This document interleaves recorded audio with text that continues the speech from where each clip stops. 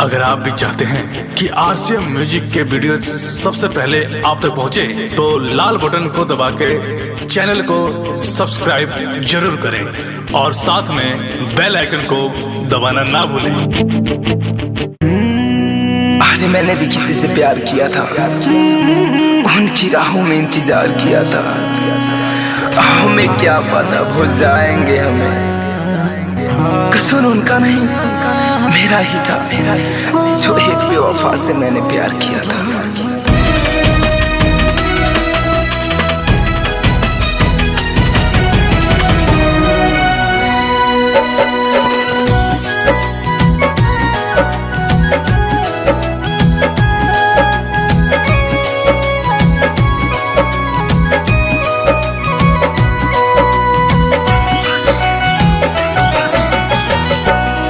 कोई प्यार किसी से मत करना, कोई प्यार किसी से मत करना। सच कहता हूँ पछताओगे, जब दिल की दर्द बढ़ जाएगी, जब दिल की दर्द बढ़ जाएगी। हो आंसू के सिवा कुछ ना पाओगे। कोई प्यार किसी से मत करना, सच कहता हूँ पछताओगे।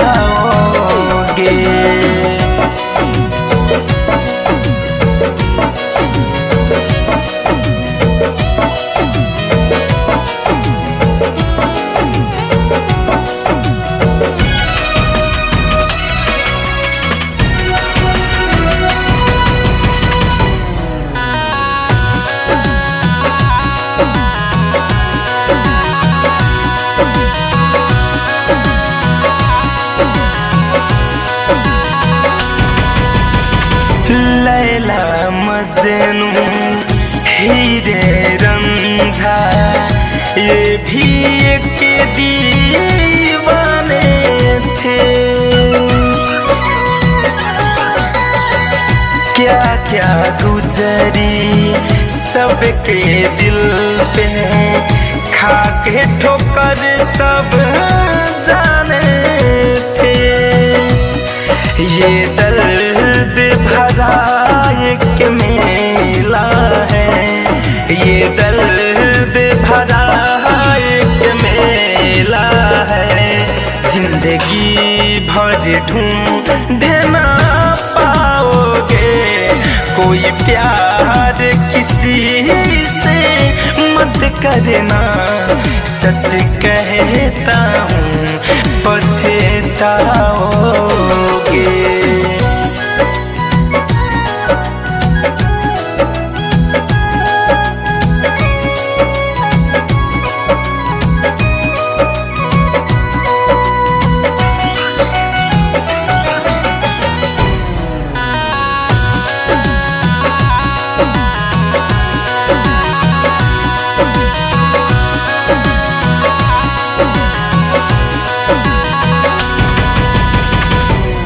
बेवफा जो निकल गई तो उसको ठोकर भी खाना है।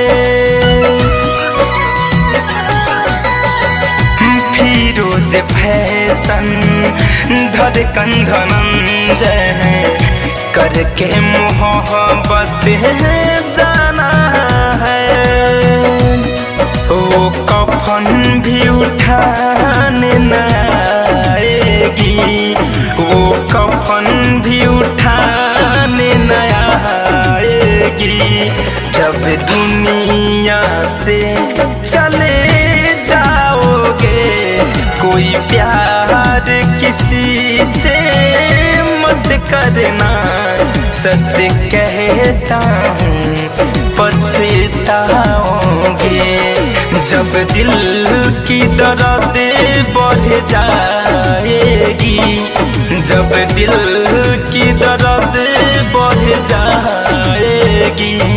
हो आंसू के सिवा कुछ ना पाओ कोई प्यार किसी से मत करना, सच कहता हूँ पछताओगे।